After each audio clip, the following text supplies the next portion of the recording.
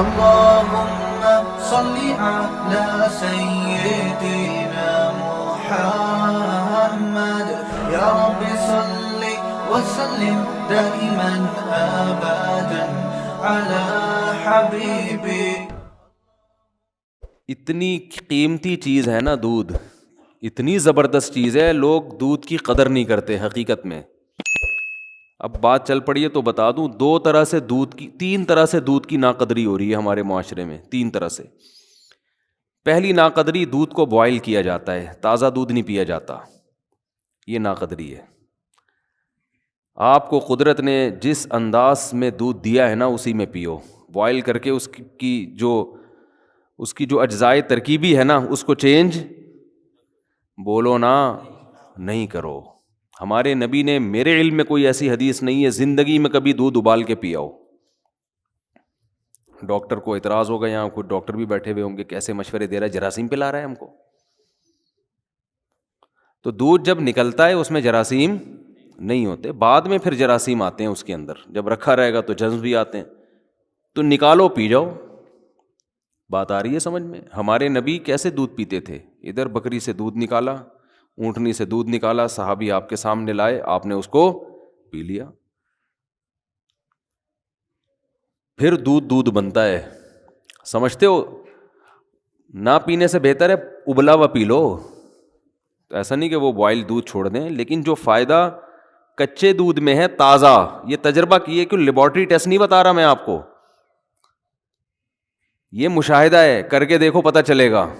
Boil دودھ آسانی سے ہضم نہیں ہوتا. کچا تازہ دودھ جو گرم گرم تھنوں سے نکلتا ہے پی جاؤ فوراً نکال کے. لیکن وہ کون کرے گا؟ ایکچولی بکری پالنی پڑتی ہے، گائے بھینس، اور ایکچولی یہ تو مرو پھر. جو خدا نے جو تمہیں نعمتیں دی ہیں وہ تم استعمال نہیں کر رہے. دیکھو میں بار بار کہتا ہوں، نیچر کبھی تبدیل نہیں ہوگی چاہے سائنس کتنی ترقی کر جائے. آج کسی کا فون آیا کہ یورپ کے کسی کنٹری سے کہ بچے جو ہے نا عجیب سے پیدا ہو رہے ہیں نا، کچھ سمجھ میں ہی نہیں آ رہے کس ٹائپ کے بچے ہیں. نفسیاتی قسم کے بچے مارکیٹ میں بہت اسپیڈ کے ساتھ آ رہے ہیں. خاص طور پر ان کنٹریز میں یہ زیادہ ہیں، لندن، امریکہ اور جو یورپ کے باقی کنٹریز ہیں نا، ان میں بچوں میں جو نفسیاتی بیماریاں ہیں ان کا ریشو زیادہ ہے. حقیقت ہے، ہمارے ہاں بچے اتنے آڑے ترچے نہیں ہوتے، ان کے یہ نفسیاتی ریشو بچوں میں نا، یعنی چیخنا چلانا ایک عجیب سا یہ زیادہ ہے. تو میرے پاس بھی کالز آ جاتی ہیں کہ بچے ہی نہیں، عجیب سے بچے ہیں، پتہ نہیں کیا ہو گیا، کوئی مرجھایا تو مرجھا ہوا بیٹھا ہوا ہے، سیدھا ہی نہیں ہو رہا، کوئی اچھل رہا ہے تو اچھل کود بھی بنا ہوا ہے وہ، ٹھیک ہے نا، وہ ٹک ہی نہیں رہا. عجیب کوئی نہیں، کچھ سارے نہیں لیکن ایک بڑا طبقہ ایسا ہے. اچھا، یہ بیماریاں بچوں کی مالدار گھرانوں میں زیادہ ہیں، غریب گھرانوں میں کم ہیں. تو مجھ سے مشورہ لے رہے تھے کہ بھئی یہ کیا کسی ڈاکٹر کو دکھائیں، کیا کریں. میں نے کہا دیکھو بچے نا فطرت پہ ہوتے ہیں، چاہے 10,000 سال پہلے کا بچہ ہو یا 10,000 سال بعد کا بچہ ہو، جو پہلے بچوں کو ماحول چاہیے تھا کل بھی وہی چاہیے، آج بھی وہی چاہیے. سائنس کی ترقی سے بچوں کی نیچر چینج نہیں ہوگی. میں نے کہا بچے کو ماحول چاہیے مٹی میں کھیلے، کیچڑ کے گولے اٹھا کے ایک دوسرے کو مارے، گھنٹیاں بجا بجا کے بھاگے. آپ نے ایسا ممی ڈیڈی بنایا ہوا ہے بچوں کو، جو بڑے گھروں میں ہوتا ہے، اس کو نہ کسی سے لڑنے دے رہے ہیں، کوئی اونچی آواز سے بات کر لے اس سے تو اس کو اس دوسرے کو اس کے سامنے ڈانٹا جاتا ہے کہ بچے کی سیلف رسپیکٹ مجروح ہو رہی ہے. تمیز سے اس کو کھلایا جا رہا ہے، کھلانا چاہیے تمیز سے، بدتمیزی صحیح نہیں ہے، لیکن تمیز کی بھی ایک حد ہوتی ہے نا. تمیز جب اپنی لمٹ سے بڑھے گی نا تو وہ بدتمیزی بن جاتی ہے، ٹھیک ہے نا. یعنی بچے کو باپ بنا لیا ہے، کبھی باپ سے کبھی بھی پٹا ہی نہیں، غلطی سے بھی نہیں پٹا، اور اتنا وہ ایسے ممی ڈیڈی بالکل روزانہ شیمپو سے نہا رہا ہے، وہ بالکل تمیز سے، اور ایسا کوئی نہ اس کو ڈانٹ سکتا ہے، ڈانٹے تو بالکل پھر اس کو منانے میں گھنٹے لگا دیتے ہیں کہ ڈانٹ دیا تو اب کہیں ایسا نہ ہو دل پہ لے جائے، تو منانے میں گھنٹے لگا دیتے ہیں. تو بچہ یہ پھر بچے کو بچے کے حساب سے نہیں چلایا جا رہا. بچہ تو ایسا گھنٹیاں بجا کے بھاگے، پکڑا جائے، کٹ جائے، پٹے ٹھیک ہے نا. آئندہ توبہ کرے پھر کبھی کچھ کر لے. پٹتے پٹتے کچھ بلڈ آئی. گھر میں بھائی چھوٹے ہوتے ہیں بچے نا, سب بھائی بہنیں لڑتے ہیں آپس میں, یہ ضروری ہے ان کے لیے لڑیں. وہ اس کی چیز چھین کے بھاگ گیا, اس کو غصہ آ رہا ہے. یہ سب چیزیں آہستہ آہستہ کیا ہو رہی ہیں, غصے کو برداشت کرنے کی طاقت. تبھی تو میں کہتا ہوں بچے زیادہ پیدا کرو, گھر میں ہی بچے آپس میں لڑ لڑ کے بہت کچھ سیکھیں گے. ایک دوسرے پہ خرچ کرنا بھی سیکھیں گے, ایک دوسرے سے چھیننا بھی سیکھیں گے, واپس کرنا بھی سیکھیں گے, شکایتیں لگانا بھی سیکھیں گے, شکایتوں پہ تنبیہ کرنا بھی سیکھیں گے کہ ہر وقت شکایتی ٹٹو نہیں بنے رہا کرو. بچے ہوتے ہیں نا ہر وقت, ایک گھر میں ہوتا ہے شکایتی ٹٹو, اس کا کام ہوتا ہے ہر وقت کیا کرنا, شکایتیں لگانا. یہ نیچرل ماحول ہے. کبھی کھانے کو مل گیا کبھی نہیں ہے, بھائی جا بھی سو جا آرام سے جا کے. ہر وقت پیٹ بھرا ہوا ان کا, ہر ساری ضرورتیں ان کی پوری ہو رہی ہیں. او بھائی آج نہیں ہے تو جاؤ, نہیں پکے جاؤ, باہر سے کچھ نہیں آئے گا, آج گھر میں دال پکی ہے کھاؤ. نہیں جی میں دال نہیں کھاؤں گا تو ان کے لیے بریانی منگوا دو, ان کے لیے برگر. جو تیرا باپ کھائے گا وہ بھی تو بھی وہی کھائے گا. کھانا ہے کھا نہیں, جا کے سو جا آرام سے. کانفیڈنس پیدا ہوتا ہے بچے میں, برداشت پیدا ہوتی ہے. آج تو میں دیکھ رہا ہوں ماؤں کو کھا لے کھا لے کھا لے, ایسا اس کو اتنی اپنی رسپیکٹ اپنے میاں کو دے دو, خدا کی قسم وہ پاؤں دھو دھو کے پیے گا. کیا خیال ہے؟ جو رسپیکٹ میاں کو ملنی چاہیے, جو باپ کو ملنی چاہیے, وہ کس کو مل رہی ہے؟ بچے کو. ہماری والدہ اللہ ان کی مغفرت فرمائے, ہمیں یاد ہے کھانا رکھا ہوتا تھا سامنے. اب سبزی میں میرا تو اب تک نہیں سبزی کھانے میں, سوائے بھنڈی کے مجھے کوئی سبزی پسند ہی نہیں ہے, اب تک نہیں ہے. لیکن ہم نے ماں والدہ کے چمٹوں کی ڈر سے گرم گرم چمٹا دکھاتی تھی, کھا آپ اس کو کھاؤ گے. ہم کھا رہے ہیں غصے میں نا, یوں یوں کر کے, غصہ بھی آ رہا ہوتا تھا, کھا بھی رہے ہوتے تھے. تو وہ نیچرل ماحول ہی ختم کر دیا بچوں کا. لٹو ہم نے کھیلے ہیں, بنٹے ہم نے کھیلے ہیں, مارم پیٹی ہم نے کھیلی ہے. گیند سے نا اٹھا اٹھا کے پیٹ رہے ہوتے تھے ایک دوسرے کو, بھاگ رہے ہوتے, لگتی تھی ایسے وہ کمر کو سجاتے ہوئے یوں یوں کر کے بھاگ رہے ہوتے تھے. یار بس آج کے بعد نہیں کھیلنی, آج کے بعد نہیں کھیلنا. یہ پٹتے تھے, پیٹتے بھی تھے. اسکولوں میں بھی پھڈے ہوتے تھے, جھگڑے ہوتے تھے, پھر صلح بھی ہوتی تھی. تو یہ سارا ایک ماحول ہے. تو عجیب سے پتہ نہیں چھوئی موئی قسم کا حساب بن گیا بچوں کا. تو ظاہر ہے پھر بچہ بچہ نہیں رہتا, وہ ڈپریشن میں جاتا ہے. وہ گھر میں بہن بھائی نہیں ہے اس کے پاس کھیلنے کے لیے, وہ بڑوں میں رہ رہا ہے, وہ تو ویسے ہی پاگل ہو جائے گا. کھلونے بھی ایسے فینسی قسم کے دیے ہوئے ہیں نا, اتنے فینسی قسم کے کھلونے دیے ہوئے ہیں. خیر ہم نے پتھروں سے بھی مارم پیٹی کھیلا ہے, اللہ معاف, شکر ہے کچھ سرور پھٹا نہیں الحمدللہ. یہ حماقت ہے, اتنا نہیں ہونا چاہیے, ٹھیک ہے نا. یہ تو حماقت ہے کہ پتھر اٹھا اٹھا کے مار رہے ہیں, بھاگ رہے ہیں. یہ تو شکر ہے کوئی ایک دفعہ میرے لگا تھا یہاں گھٹنے پہ پتھر, وہ کافی دنوں تک درد رہا تھا اس میں. لیکن یہ زیادہ ہو جائے گا نا, پتھر سے تو سرور پھٹ سکتا ہے, کچھ بھی نقصان ہو سکتا ہے. تو پھر جو ہے نا وہ ٹائر لے کے نا, ٹائر نہیں ہوتے, بنا کے وہ ایک راڈ لے کے اس کو موڑا تھوڑا سا, ٹائر لے کے گھوم رہے ہیں جی. مٹی کے کھلونے ہم نے بنائے ہیں, مٹی کی گاڑیاں بنائی ہیں. پھر اس میں ٹینی نانا لگاتے تھے, اس کا نام ہم نے رکھا ہوا تھا ٹینی نانا. مٹی کی نا گاڑی بنا کے, ایمبولینس والا نہیں ہوتا اوپر, کیا کہتے ہیں اس کو, سائرن, وہ ٹینی نانا ایسے کر رہا ہوتا نا, ٹینی نانا. تو ہم نے اس کا نام رکھا ہوا تھا. ہمارے کزن بھی, ہم ساتھ رہتے تھے, ہمارے کزن بھی ہوتے تھے, بڑا اچھا بچپن گزرا. تو ہم مٹی کی گاڑیاں بنا کے نا دور جاتے تھے. مٹی گھر کے قریب تو تھی نہیں, کہیں دور جا کے بارشوں میں خاص طور پہ کیچڑ اٹھا کے لے آتے, چپکے سے لاتے, پھر اس کی گاڑیاں اپنے ہاتھوں سے بناتے, کار, اس کے اوپر پھر لگاتے وہ ایمبولینس والا. اس کا نام ہم نے کہا تھا ٹینی نانا, اب تک یاد ہے, ٹینی نانا لگاتے تھے ہم. پھر اس میں سوراخ کر کے رسی سے باندھ کے پھر گاڑیوں کی ریس لگا, پھر وہ ہم ٹکر مارتے تھے ایک دوسرے کی گاڑیوں کو اس سے کہ کس کی گاڑی ٹوٹتی ہے. تو سب سے پہلے ٹینی نانا ٹوٹتا تھا, وہ کمزور ہوتا ہے, کیونکہ اس کا ٹینی نانا توڑ دیا ہم نے. پھر کبھی مٹی کے وہ بنا رہے ہیں, کبھی کیا کر رہے ہیں, کبھی کیچڑ میں بھی کھیل رہے ہیں. پکڑے بھی جاتے تھے, اب ابا سے پٹائی بھی ہوتی تھی کہ بھائی اسکول کی کتابیں لے کے بیٹھو, کدھر گھوم رہے ہو. ایسا نہیں کہ خدا نخواستہ غلط لڑکوں میں لے جا کے کچھ چھٹے لگا رہے ہیں, ان میں لے جا کے بٹھا دیا. اتنی نگرانی ہوتی تھی, کوئی چھٹا وٹا تو نہیں, گالیاں تو نہیں سیکھ رہا, کہیں گالی نہیں چلتی تھی. باہر لڑکے گالیاں دے رہے ہیں, لیکن ہمیں گھر میں اگر کوئی گالی نقل بھی کر دی نا, کاپی پیسٹ بھی کر دیا, تو ایسی کی تیسی. لڑکیوں کا پیچھا نہیں کرتے تھے الحمدللہ, اس میں پتا تھا بھائی اگر جیسے اس طرح کی, یہ تو غیر اخلاقی حرکتیں ہو گئی نا. کچھ لڑکے ایسے بھی ہوتے تھے بچے جو بچپن سے ہی ان غیر اخلاقی حرکوں میں تھے، اس میں تو ہم ڈرتے تھے کہ بھائی یہ تو بہت بڑا ہو گیا، تو عزت کا جنازہ نکل جائے گا. تو کچھ تو باؤنڈری ہونی چاہیے، لیکن اتنا زیادہ اس کو آپ نے پابند بنا دیا، وہ تو بس وہ تو پھر چھوئی موئی سی چیز نکلے گی، وہ ممی ڈیڈی رہے گا ساری زندگی، ڈرتا ہی رہے گا ہر چیز سے. تو میں جو بات کر رہا تھا جلدی سے اس کی طرف آؤں. یہ میں دودھ کی بات کر کے پھر میں اصل بیان کی طرف آتا ہوں. تو فطرت چینج بولو بھائی نہیں ہوتی.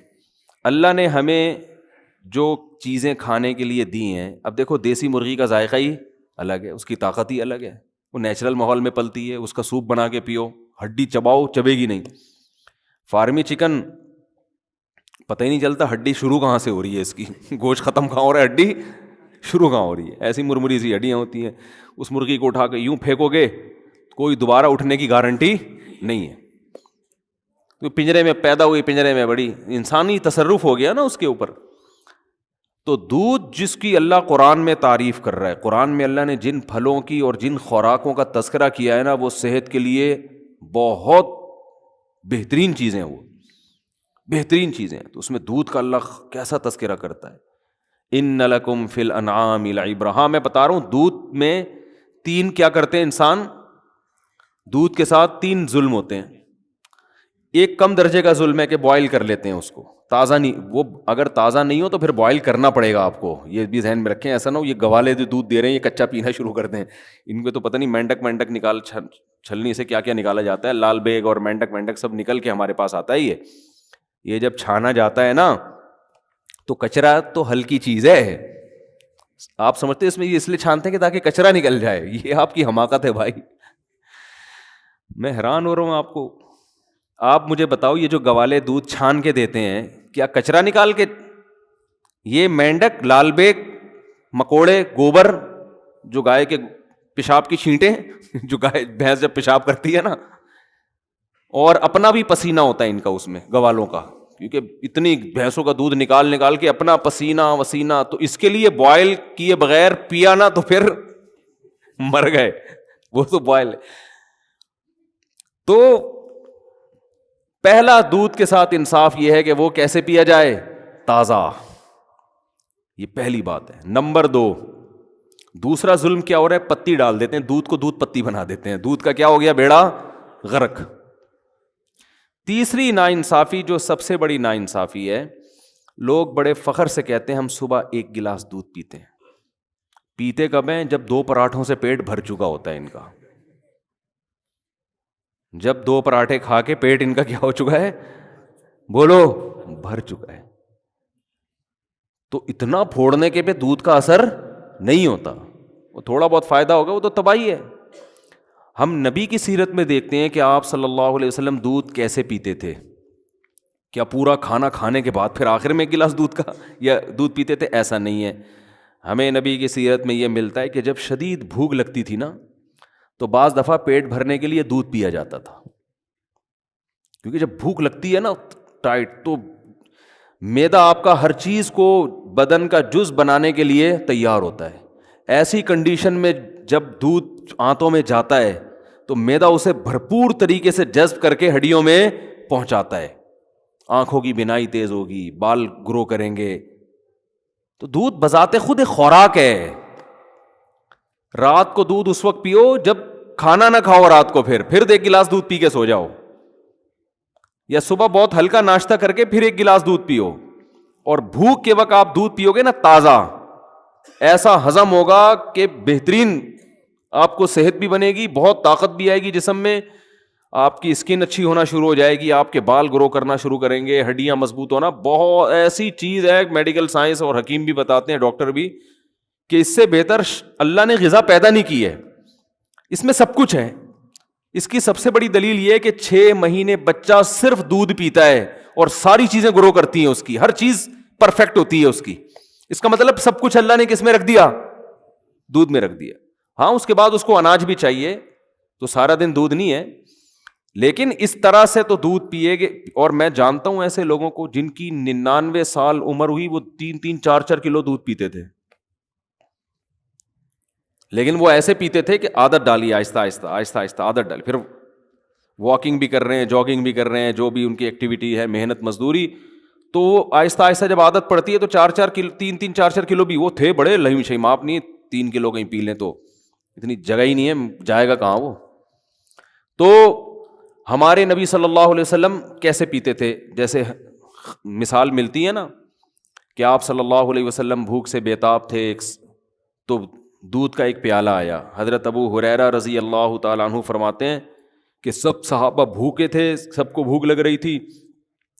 تو حضرت ابو ہریرہ فرماتے ہیں کہ مجھے یہ نبی نے مجھے حکم دیا کہ سب کو پلاؤ. تو فرماتے ہیں ایک پیالہ دیکھ کے مجھے خیال ہوا کہ میری باری میں تو 2 گھونٹ بھی نہیں آئیں گے, اور سب شدید بھوک کی حالت میں.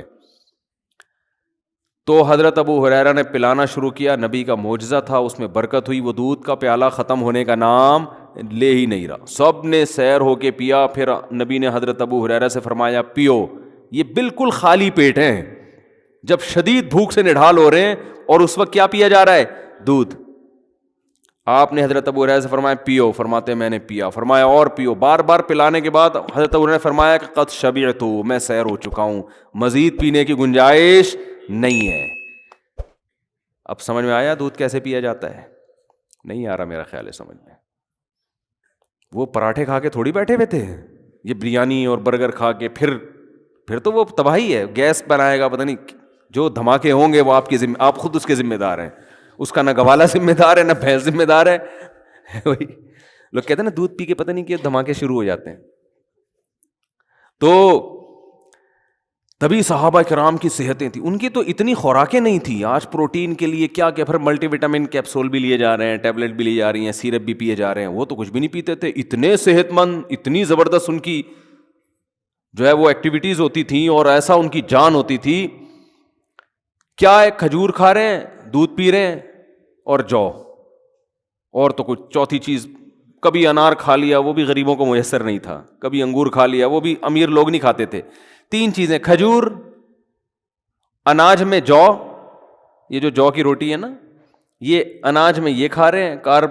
کاربوہائیڈریٹ کی جو کمی ہے نا, کارب کی, وہ کھجور سے اور کس سے ہو رہی ہے, جو سے ہو رہی ہے. باقی سارے پروٹین ان کو کہاں سے مل رہے ہیں, دودھ سے مل رہے ہیں. اور تھوڑی بہت جو گندم میں اور کھجور میں رکھا ہوا ہے اللہ تعالیٰ نے, منرلز جو مل رہے ہیں ان کو وہ سارے کھجور سے مل رہے ہیں.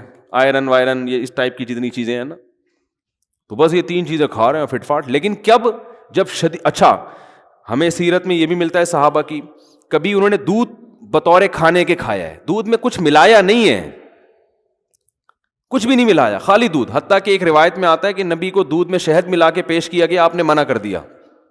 منع کرنے کی وجہ یہ تھی کہ مجھے دنیا سے رغبت نہیں ہے, یہ تو بہت ہی خوبصورت مشروب ہو گیا نا, تو دنیا سے بے رغبتی کی وجہ سے کہ 2 چیزیں ملا کے نہیں پیوں گا میں.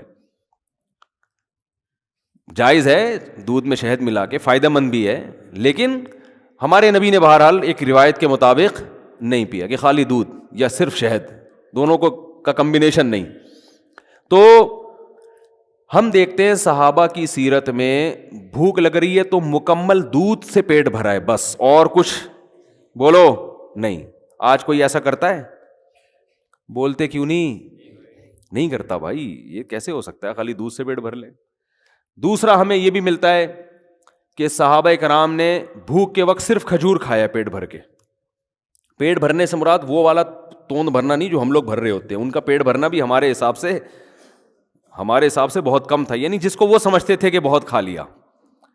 تو وہ جو سیر ہوتے تھے کھجوروں سے, اس کی بھی حدیث میں مثال ملتی ہے کہ آپ صلی اللہ علیہ وسلم بھوک سے شدید پریشان ہوئے, گھر سے نکلے, راستے میں حضرت ابوبکر ملے, وہ بھی بھوک سے شدید پریشان اور کھانے کو کچھ ہے نہیں.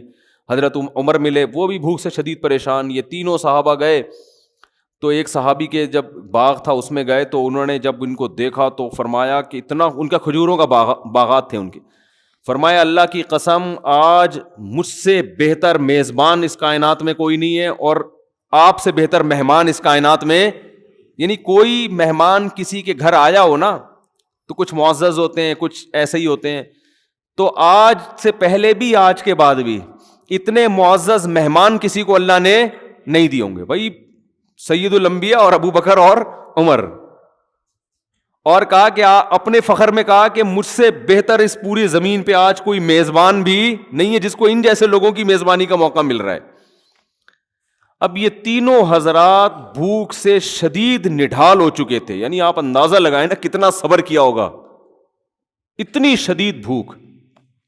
تو ان صحابی نے کیا کیا ہے، یہ نہیں کہ بھائی ہم ہوتے بھائی یہاں سے یہ لے آؤ، یہاں سے یہ، کوئی ہمارے یہاں بھوکا مہمان آ جائے آپ ادھر سے 3 برگر اٹھا کے لے آ.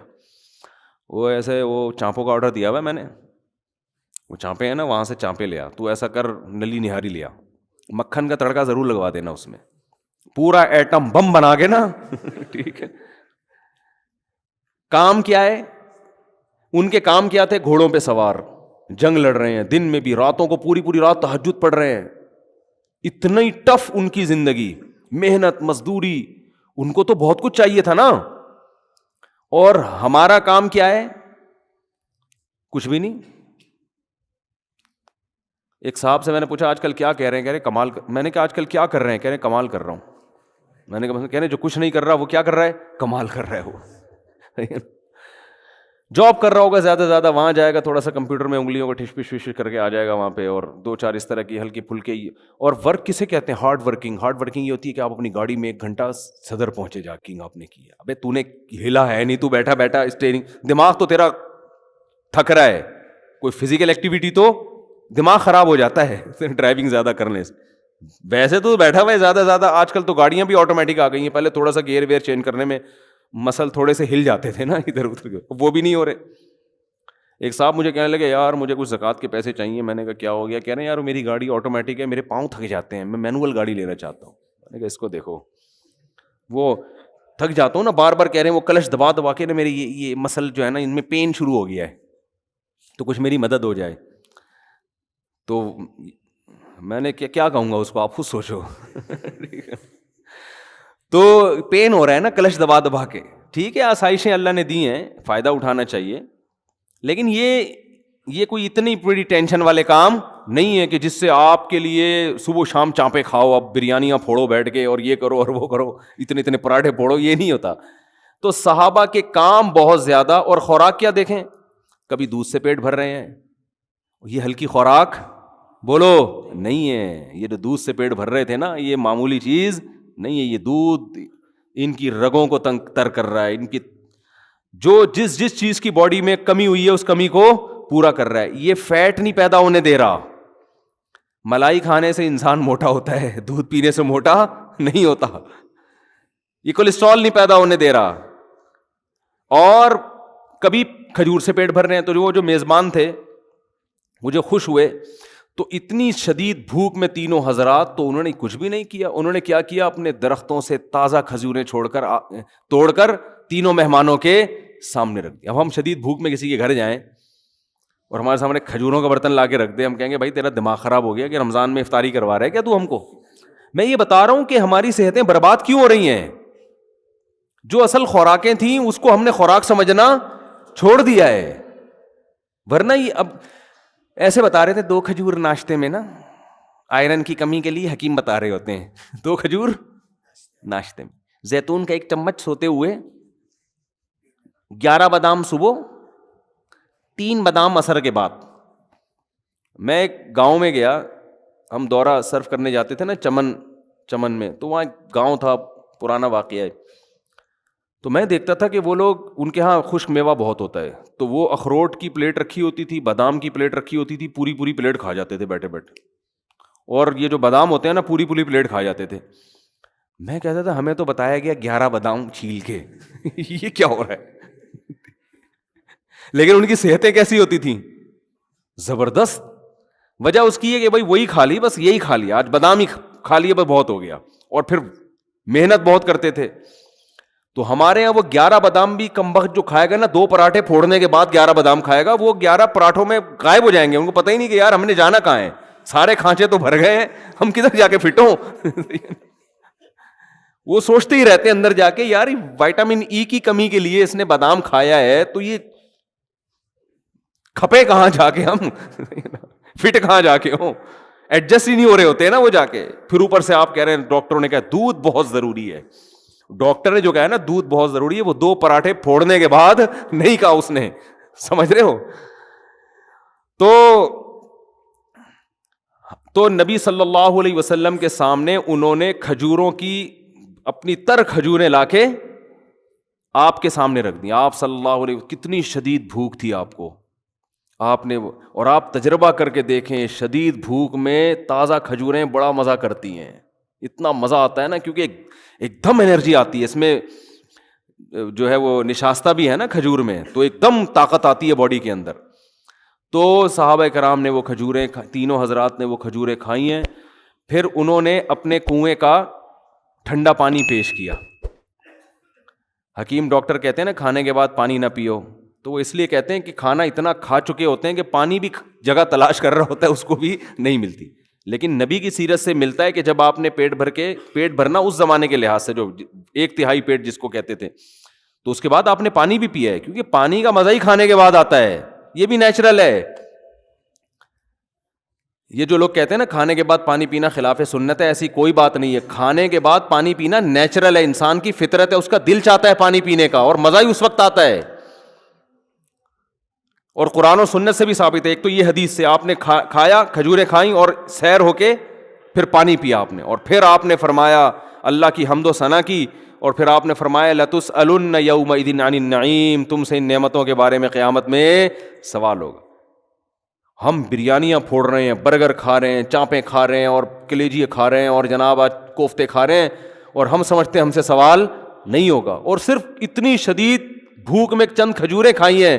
آپ نے فرمایا یہ اللہ نے ہمیں جو نعمتیں دی ہیں اس کے بارے میں ہم سے سوال. تو نعمت کی قدر بھی جب ہوتی ہے, جب شدید بھوک کے بعد آدمی چند نوالے کھاتا ہے نا, پھر پتہ چلتا ہے یہ رزق کتنی بڑی نعمت ہے. آج ہم بھوک لگنے ہی نہیں دیتے, لگنے سے پہلے ہی پھوڑ دیتے ہیں بیٹھ کے, تو نعمت کا نعمت ہونے کا بھی احساس نہیں ہوتا. جیسے افطار کے وقت نبی جو دعا پڑھتے تھے, شدید بھوک پیاس میں جب روزہ کھولتے تھے اور پانی پیتے تھے, ایسا ہوتا ہے نا, کتنا مزہ آتا ہے نا, ایک دم جسم میں انرجی آتی ہے. تو آپ صلی اللہ علیہ وسلم فرماتے تھے ذهب الظما, پیاس چلی گئی, وابتلت العروق, رگیں تر ہو گئیں, جو خشک ہوئی تھی نا پوری باڈی, اس میں سب میں ایسا بلڈ دوڑنا شروع ہو گیا, تر ہو گئی وہ. وثبت الاجر انشاءاللہ, اور آخرت میں اجر بھی ثابت ہوگی. ہر طرح سے مزے ہی مزے ہیں بھائی افطاری میں, کھانے کا بھی مزہ, رگیں بھی تر ہو گئیں, اور آخرت میں اللہ نے روزے کا اجر بھی انشاءاللہ لکھ لیا. تو بات بات پہ شکر ادا کرنے کی ترغیب دی جا رہی ہے. تو آپ صلی اللہ علیہ وسلم نے کھجوریں تناول فرمائیں, اور سیر ہوئے اور پانی پیا, اور کیا فرمایا, آپ نے فرمایا لَتُسْأَلُنَّ يَوْمَئِذٍ عَنِ النَّعِيمِ, جس قیامت قائم ہوگی تو ہم سے ان نعمتوں کے بارے میں, یا تو یہ آیت پڑھی یا آپ نے خود فرمایا کہ ہم سے سوال ہوگا قیامت کے دن. تو یہ جو کھانے کے بعد پانی ہے نا, یہ نیچرل, انسان کا دل چاہتا ہے, مزہ ہی جب آتا ہے کھانے کے بعد.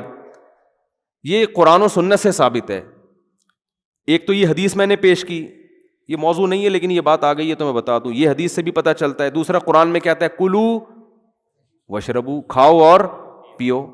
اس سے مطلب یہ چیزیں ملی ہوئی ہیں آپس میں, بظاہر ایسا لگ رہا ہے. اور کھانے کے بعد کی جو دعا ہے نا, وہ ہے الحمد للہ الذی اطعمنا وسقانا وجعلنا مسلمین. من المسلمین لوگ پڑھتے ہیں لیکن جو الفاظ ہیں مسلمین کے ہیں, ویسے من المسلمین بھی ٹھیک ہے.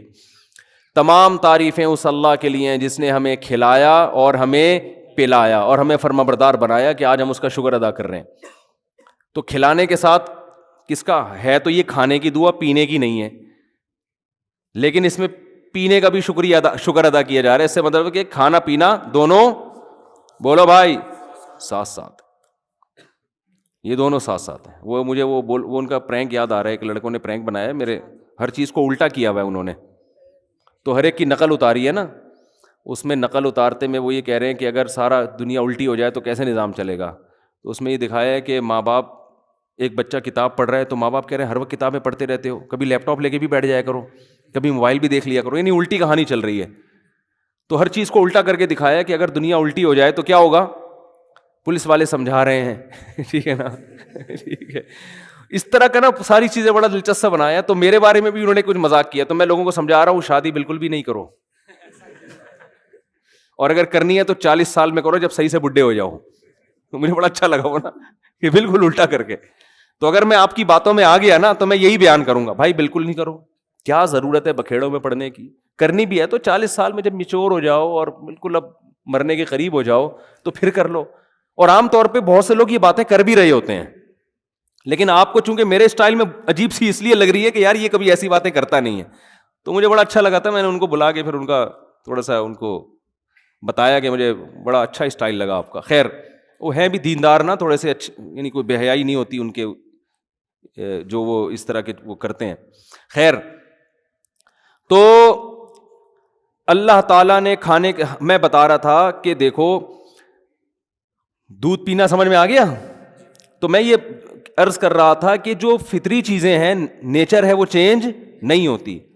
اب بچوں کو بچوں جیسا ماحول چاہیے, اور بڑوں کو آج بھی کھجور بھی چاہیے, دودھ بھی چاہیے, اناج بھی چاہیے. برگر بیڑا غرق کر دے گا اس اناج کا, جس کنڈیشن میں, جس فارم میں اللہ نے دیا ہے نا, اسی فارم میں کھانا پڑے گا آپ کو. تو آپ دودھ اگر چاہتے ہو نا فائدہ اٹھاؤ تو تازہ دودھ پیو, لیکن اس ٹینشن میں لوگ پڑتے اس لیے نہیں ہے کہ اس کے لیے بھینس پالنی پڑتی ہے, یا بکری پالنی پڑتی ہے, یا اونٹنی پالنی پڑتی ہے, یا گائے پالنی پڑتی ہے. تو پال لو, کیا جا رہا ہے بھائی, صحت سے بڑھ کر کوئی چیز ہے؟ اتنا پیسہ تم نے بحریہ ٹاؤن میں لگا دیا پلاٹ لینے کے چکر میں. یار ایک چھوٹا سا کچا پلاٹ لیتے, ایک بندے کو اجرت پہ بھینس دے کے رکھتے کہ یار یہ ہمارے گھر کا تازہ دودھ بھینس سے آئے گا, جو بچے گا وہ بیچ دیں گے, اور تیری اجرت بھی یہیں سے نکلے گی, جو بکے گا اسی سے تیری تنخواہ, یہ گوبر شوبر تو نے صاف کرنا ہے. تو اس میں کیا جا رہا ہے؟ لیکن اصل بات یہ کہ صحت کی فکر نہیں ہے, دل اٹکا ہوا ہے اس سریے میں جو آپ کے مکان میں ڈالا جائے گا. جو ہڈیوں میں سریا ڈالنا, جو دودھ جو ہے نا آپ کی ہڈیوں میں سریا پیدا کرتا ہے, وہ بالکل غافل ہو گئے ہیں اس سے. وہ سمجھ رہے ہم جیسے ہیں قیامت تک ایسے ہی رہیں گے. وہ جب بحریہ ٹاؤن میں آپ کا گھر تیار ہوگا نا, آپ کی ہڈیوں میں ٹک ٹک کی آوازیں آ رہی ہوں گی اس وقت. ایک صاحب میرے پاس آئے, کہہ رہے یار پتا اچھا بھلا تھا, میں پتہ نہیں اب سردے سے اٹھتا ہوں تو 2-3 ٹک کی آوازیں آتی ہیں. کہہ رہے پہلے تو میں ان کا یہ نہیں وہی کہنا چاہ رہے تھے, پہلے میں سمجھا دائیں بائیں سے کہیں سے آ رہی ہیں, تو پتہ چلا کہ اپنے گھٹنے سے آ رہی ہیں یہ. تو میں نے کہا بس اب ایک گھٹنے سے آئی ہیں, اب اس کو صحیح کرنے میں لگو گے تو تھوڑے دنوں میں دوسرے گھٹنے سے بھی ٹک کی آواز آنا شروع, اور پھر کمر سے بھی ٹکا ٹک کی آوازیں آنا شروع ہو جائیں گی. پھر میں نے کہا چیئر لا کے بیٹھ جاؤ گے تھوڑے دنوں میں یہاں پہ. تو وہی ہے, صحتوں کی ایسی کی تیسی کر کے چھوڑی ہوئی ہے.